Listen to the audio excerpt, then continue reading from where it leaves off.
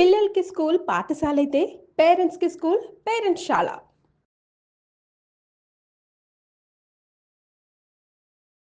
నమస్తే నళిని గారు. నమస్తే అండి.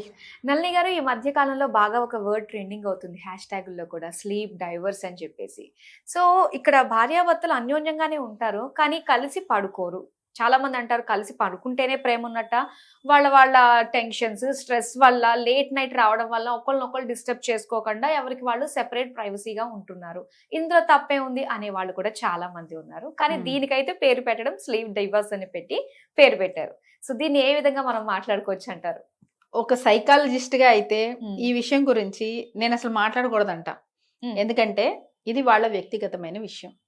ఒక భార్య భర్త ఎక్కడ పడుకుంటున్నారు, ఎప్పుడు పడుకుంటున్నారు, కలిసి ఎప్పుడు పడుకుంటున్నారు, విడివిడిగా ఎప్పుడు పడుకుంటున్నారు అనేది మనం దూరి మాట్లాడాల్సిన విషయం కాదు. అసలు పూర్తిగా ఒక అడల్ట్స్ గా ఇద్దరు, అంతే కదా, ఒక ఇద్దరు అడల్ట్ వాళ్ళ రిలేషన్షిప్ ని ఫిజికల్ గా కానీ, సైకలాజికల్ గా కానీ, మోరల్ గా కానీ ఏ రకంగా తీసుకెళ్తున్నారు అనేది పూర్తిగా వాళ్ళ వ్యక్తిగతమైన విషయం.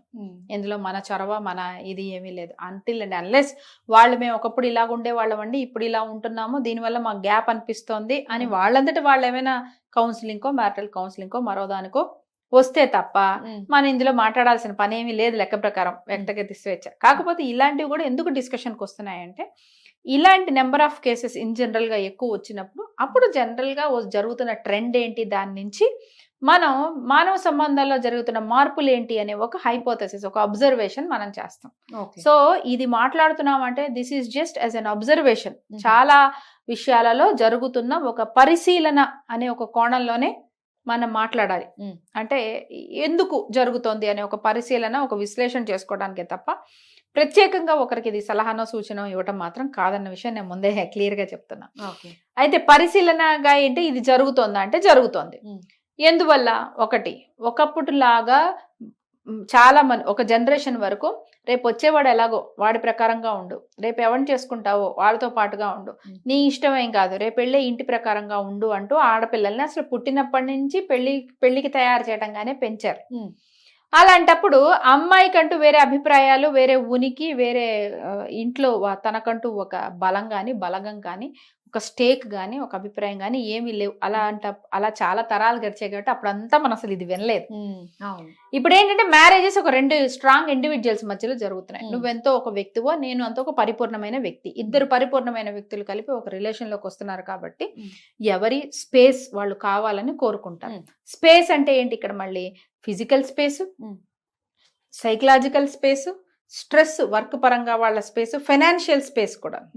ఫైనాన్సెస్ కూడా అంతకుముందు చాలా ఒక తరం వరకు ఆడవాళ్ళు కూడా సంపాదించిన కూడా కవర్ తీసుకెళ్లి మొగ్గుల చేతిలో పెట్టేసేసి ఉండటం వల్ల మంచి జరిగింది.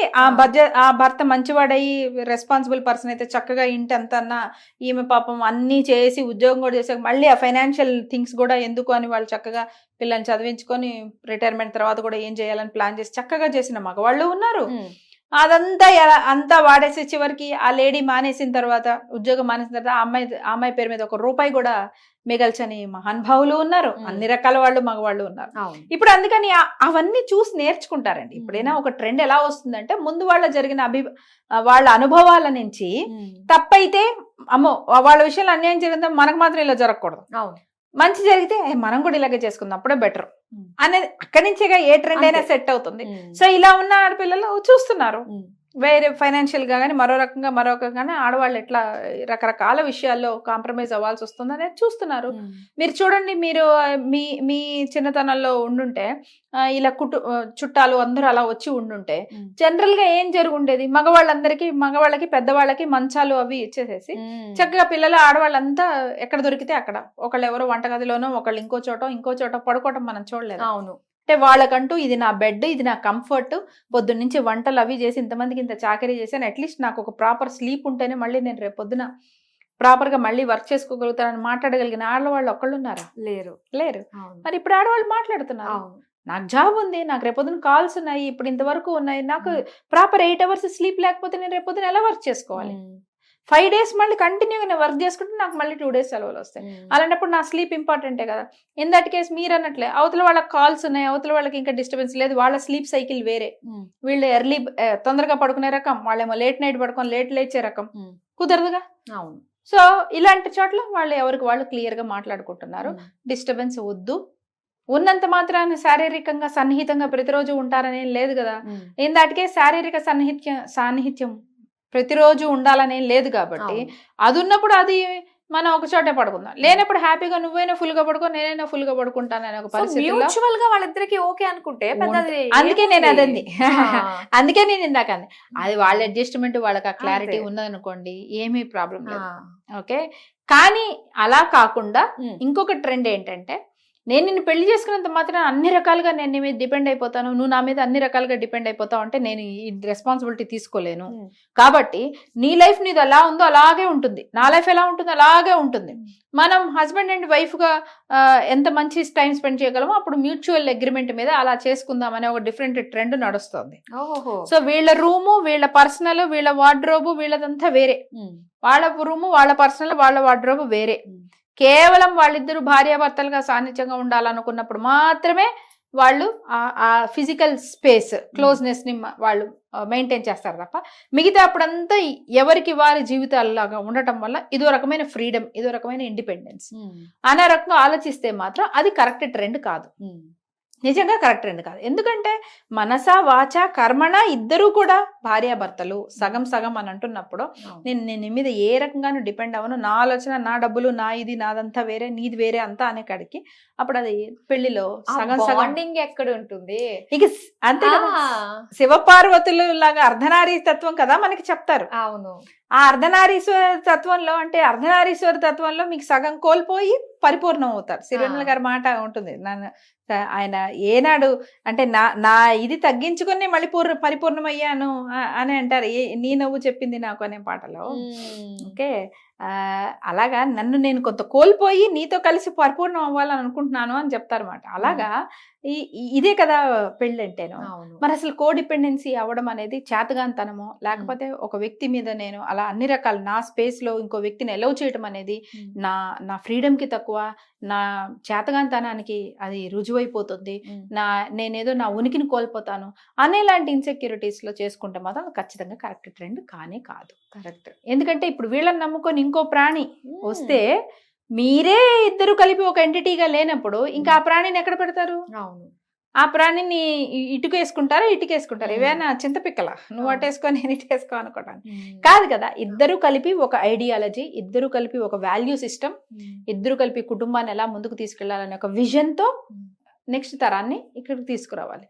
మీరే ఒకటిగా ఉన్నాం అనుకోండి, మనందరం ఒకటిగా ఉన్నాం అనుకోండి, ఇది కూడా సిరివెన్నెల గారి మాటే. ఒక్కొక్కటిగా ఉంటే మనుషులందరం కూడా వేల ఒకట్లుగా మిగిలిపోతాం.